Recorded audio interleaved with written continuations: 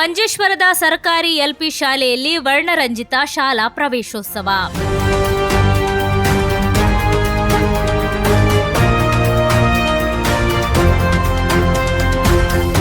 ಸಾರ್ವಜನಿಕ ಶಿಕ್ಷಣ ಸಂರಕ್ಷಣಾ ಅಭಿಯಾನದ ಭಾಗವಾಗಿ ಸಮಗ್ರ ಶಿಕ್ಷಣ ಕೇರಳದ ನೇತೃತ್ವದಲ್ಲಿ ಮಂಜೇಶ್ವರದ ಹೊಸಬೆಟ್ಟು ಸರ್ಕಾರಿ ಎಲ್ಪಿ ಶಾಲೆಯಲ್ಲಿ ಶಾಲಾ ಪ್ರವೇಶೋತ್ಸವವನ್ನು ಅತ್ಯಂತ ವಿಜೃಂಭಣೆಯಿಂದ ಆಚರಿಸಲಾಯಿತು.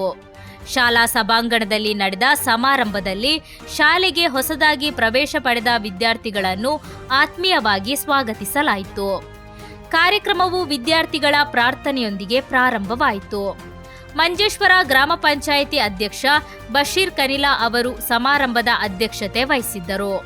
ಬ್ಲಾಕ್ ಪಂಚಾಯಿತಿ ಅಧ್ಯಕ್ಷ ಸೈಯದ್ ಯುಕೆ ಸೈಫುಲ್ಲಾ ತಂಗಳ್ ಅವರು ಪ್ರವೇಶೋತ್ಸವವನ್ನು ಉದ್ಘಾಟಿಸಿದರು.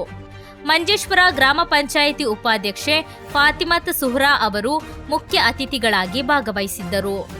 ಪಂಚಾಯಿತಿಯ ಆರೋಗ್ಯ ಮತ್ತು ಶಿಕ್ಷಣ ಸ್ಥಾಯಿ ಸಮಿತಿ ಅಧ್ಯಕ್ಷ ಕೆಎಂಕೆ ಅಬ್ದುಲ್ಲಾ ರಹಮಾನ್ ಆಜಿ, ಪಿಟಿಎ ಅಧ್ಯಕ್ಷ ಮೊಯ್ದೀನ್ ಸೇರಿದಂತೆ ಹಲವು ಗಣ್ಯರು ಕಾರ್ಯಕ್ರಮದಲ್ಲಿ ಉಪಸ್ಥಿತರಿದ್ದರು. ಶಾಲೆಯ ಮುಖ್ಯ ಶಿಕ್ಷಕಿ ಸವಿತಾ ಎಂ ಅವರು ಸ್ವಾಗತ ಭಾಷಣ ಮಾಡಿದರು ಮತ್ತು ಸಿಬ್ಬಂದಿ ಕಾರ್ಯದರ್ಶಿ ಇಬ್ರಾಹಿಂ ಕರೀಂ ಅವರು ಧನ್ಯವಾದ ಸಮರ್ಪಿಸಿದರು. ഏതായാലും ആരാണ് വിമർശിച്ചാലും വിദ്യാഭ്യാസ മേഖലയ്ക്ക് പഞ്ചായത്തിന്റെ ഭാഗത്ത് നല്ലവിധ സഹായങ്ങൾ ഉണ്ടാവുമെന്ന് ഈ വേദിയിൽ ബ്ലോക്ക് പഞ്ചായത്തിന് സാക്ഷി വെച്ച് ഞങ്ങൾ പറയാൻ ആഗ്രഹിക്കുകയാണ്.